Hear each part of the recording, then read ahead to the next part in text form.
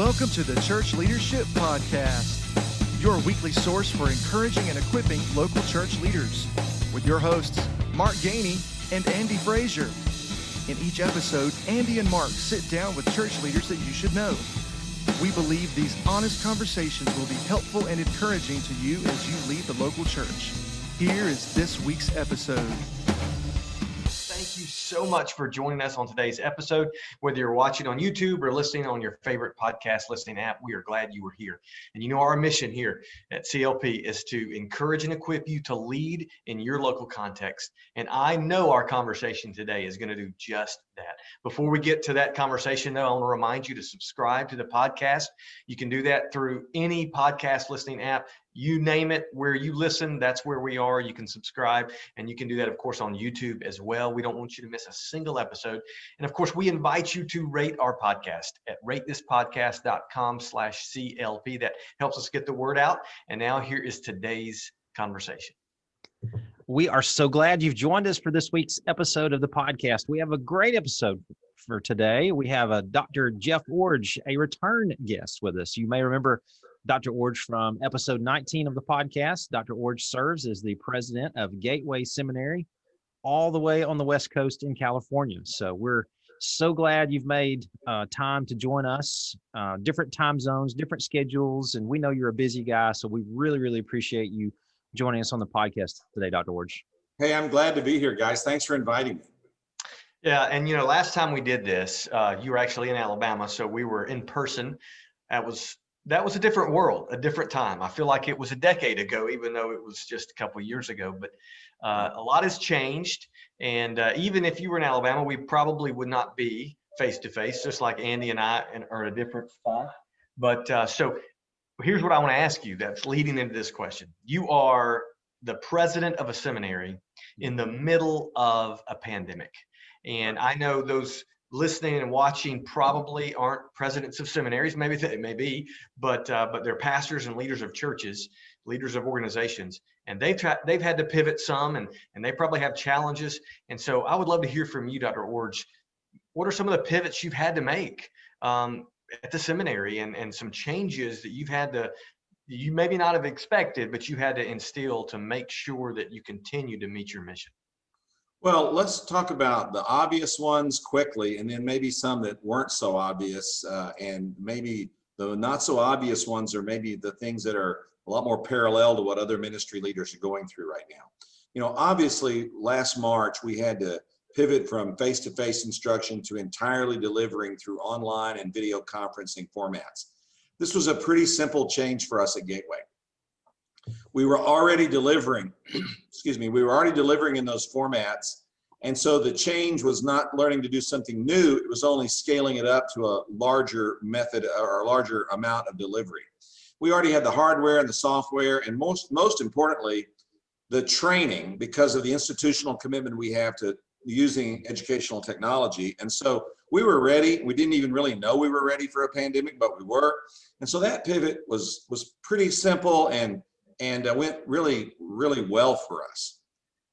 But the harder things that we've had to live through this year are some of the things that other ministry organizations have had to deal with. For example, we thought that Gateway was a place of innovation and flexibility and openness to change.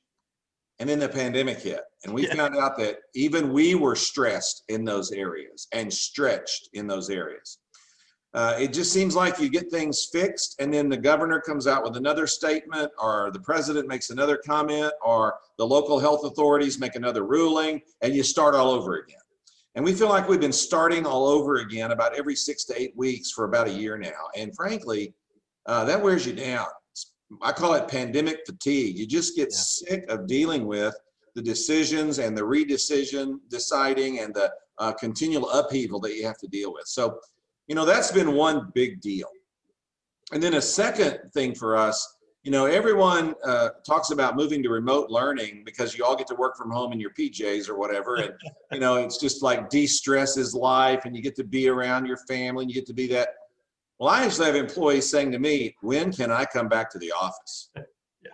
You know, we assume everyone has a large home with extra space and great internet, and that is simply not the case. That's right. A lot of employees live in smaller houses or apartments, or they have multiple children who are also at home doing school. And so remote working has been challenging, not so much because the seminary can't function that way, but because it takes a tremendous toll on employees to have that thrust upon them, if you will.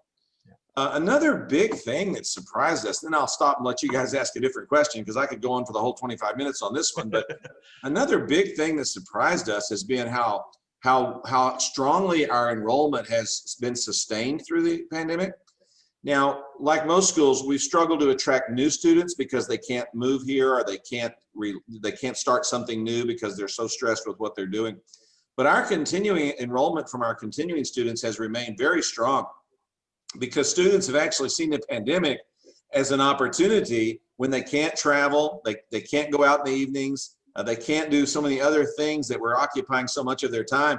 They've actually signed up for more classes. And so that's been an adjustment for us, because we had all these expectations of needing to have more scholarship assistance, more benevolent support, more just interpersonal crisis intervention type care for students. And while there's been a little of that, nothing like we imagined. Instead, students have doubled down on getting more education done during this time frame than we thought they would even be able to attempt, much less accomplish. So those are some of the ways we've had to pivot and some of the challenges we faced. And at least some of those, I think, are very much parallel with what other ministry leaders have had to deal with in other organizations.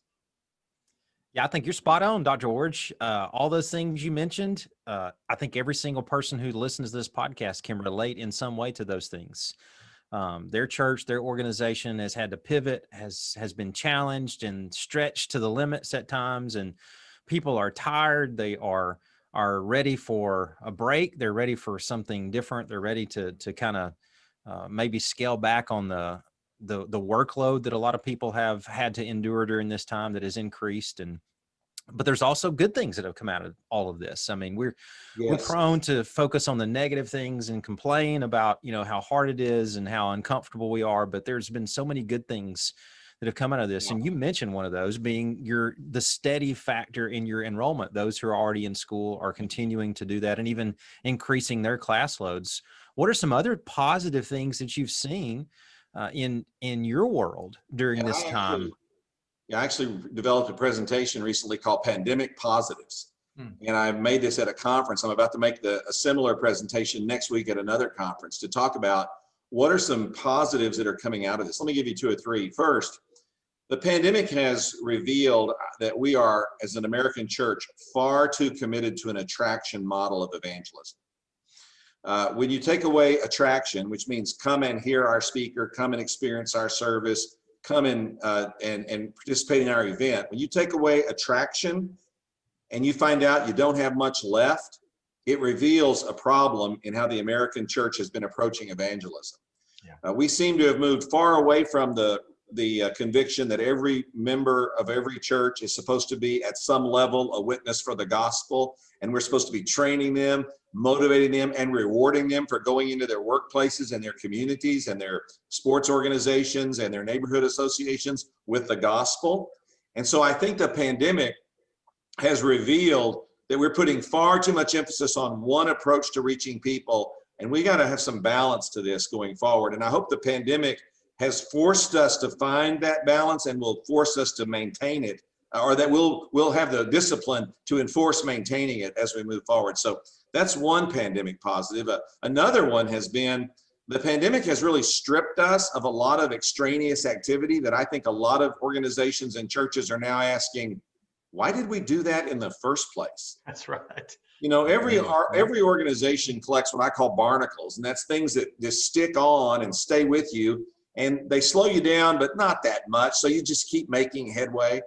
But the pandemic has enabled us to chip all those off. And now we're asking, like at Gateway, we're asking this question of all of our team as they're planning next year's budget. What is left during the pandemic that isn't coming back, that doesn't need to come back, that frankly wasn't doing anything that much for us? And so that's another positive, is that it eliminated a lot of activity that now we can really analyze. Does that really need to come back? And instead of those things, maybe some more productive uses of time need to be implemented. Then I'll just give you one more, and that is the pandemic has really shown the importance of stewardship development.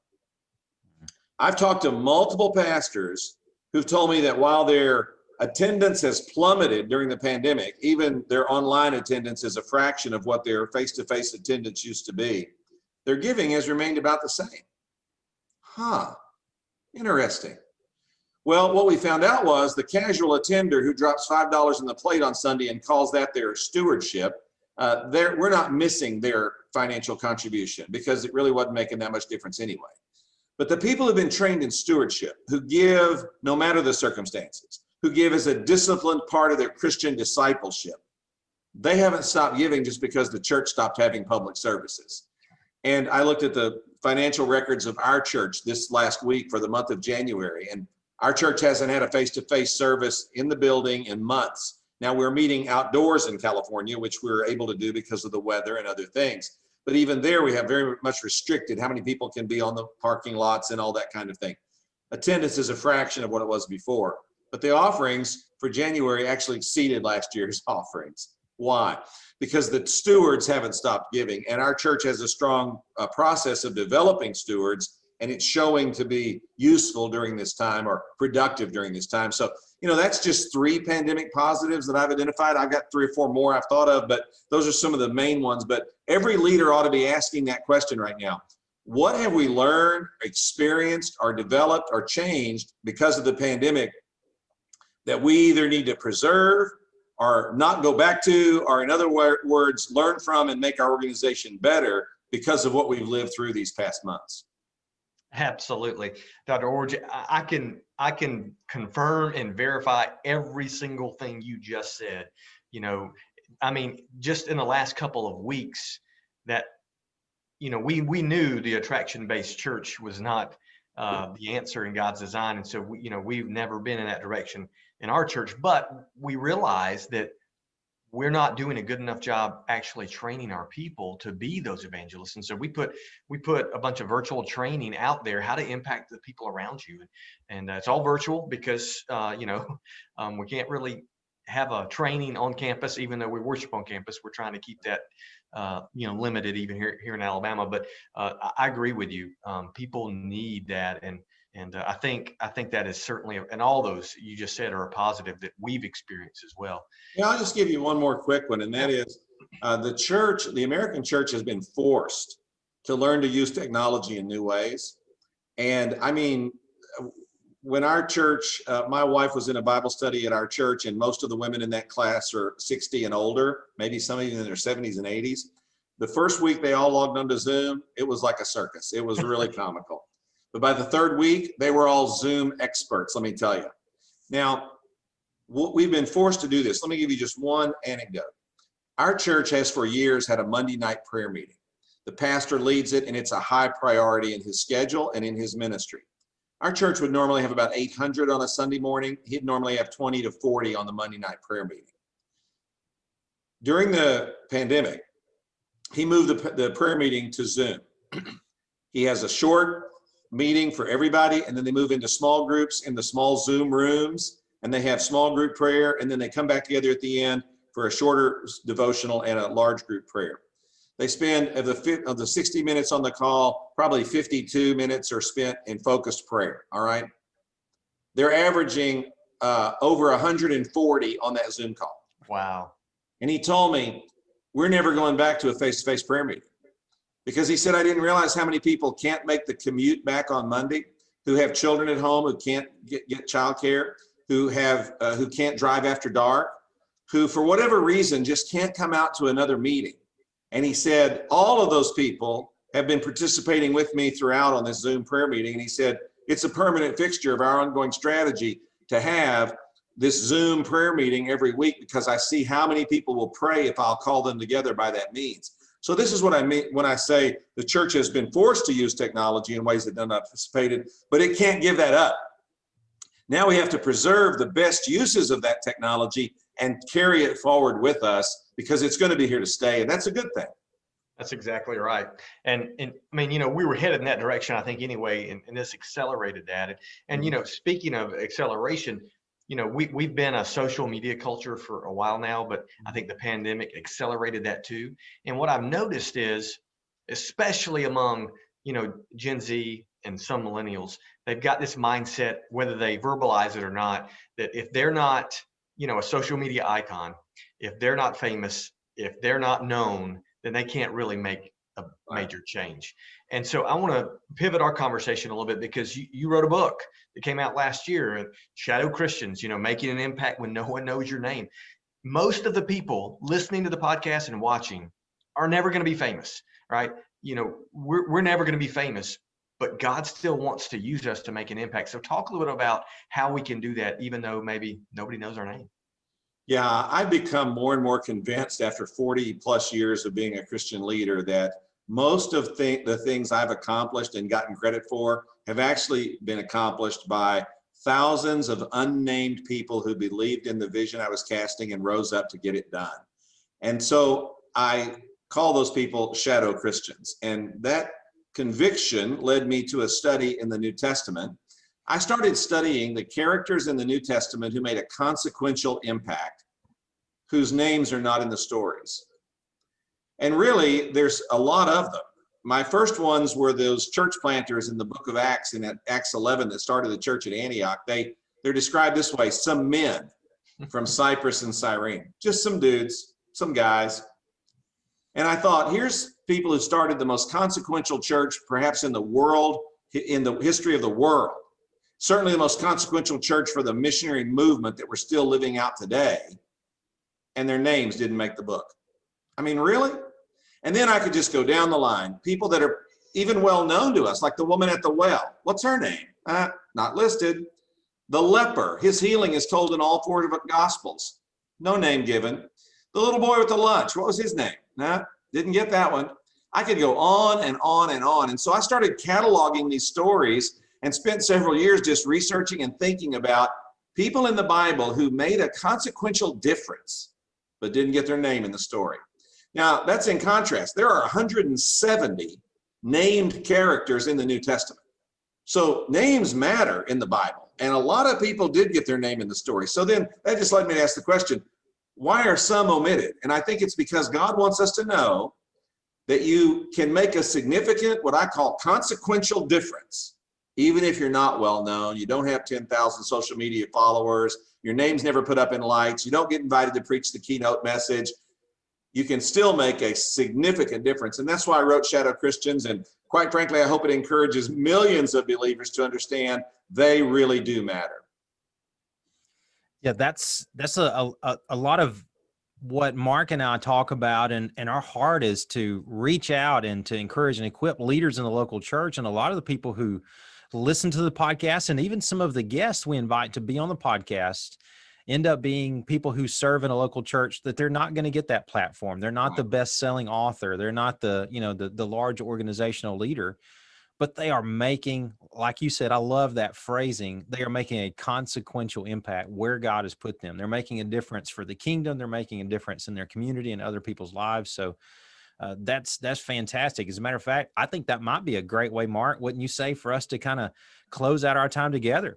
Dr. Iorg, having been through what you've experienced in leading an organization in major change, and then having to work through a pandemic, and now having written a book about these not only characters in the Bible, but how that applies to us today, how would you encourage somebody right now who maybe they're struggling with the thought of, is God really using me? Or can I make a difference? Can I make an impact, especially with everything that we have going on?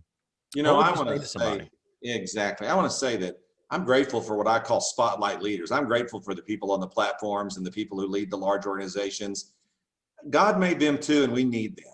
Absolutely. But for every one of them, there's hundreds, if not thousands of people whose names are never known that make the difference. I was preaching in a church on this theme recently, and I said, for example, we're in this auditorium that seats, hundreds of people. Who built this building? Who paid for it? Who made it happen? No one in this room knows any of their names. And yet their consequential gifts 20, 30, 40 years ago made it possible for us to be here today. And then I was on a radio show recently, and I said to the host, when he asked me about Shadow Christians, I said, how many people are in your studio right now that you can physically see? He said, well, about 5. And I said, that's exactly the point. It takes one guy to be on the radio, but it takes 5 people to put him there. And these are the shadow Christians, the people who work behind the scenes, running the soundboards and the lights and making sure everything's functional so that somebody's voice can go out over the radio. And I think about my life, man, people like Bertus Williams, Andy Hogue, E.Y. Washam, these are men who impacted me profoundly.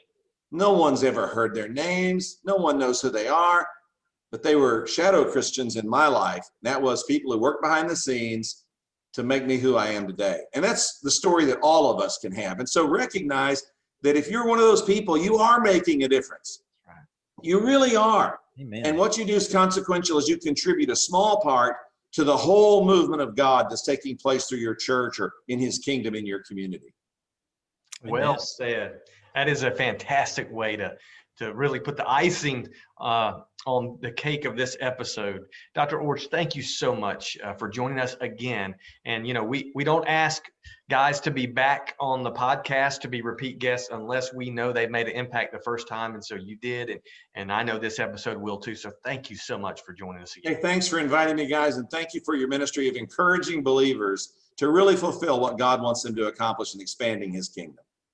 Well, Dr. Iorg, you have encouraged us so much. We want to invite you when you come back this way to let us go out and eat some barbecue together. How much more encouragement could we get from a conversation in person over barbecue? I don't know. That would be fantastic. All right. Yeah. All right. Listen, that's a bucket list item of mine. I want to take you to the best barbecue place in the world. Okay, that's a bucket list. I've got to get you there. Well, thank you guys for listening and watching. And we know you've been encouraged and equipped to lead in your local church. And we'll see you guys next time. Thank you for watching and listening. And don't forget to check out the show notes in this episode for some of the links to the book and other resources that we've mentioned in this episode. Thank you for joining us.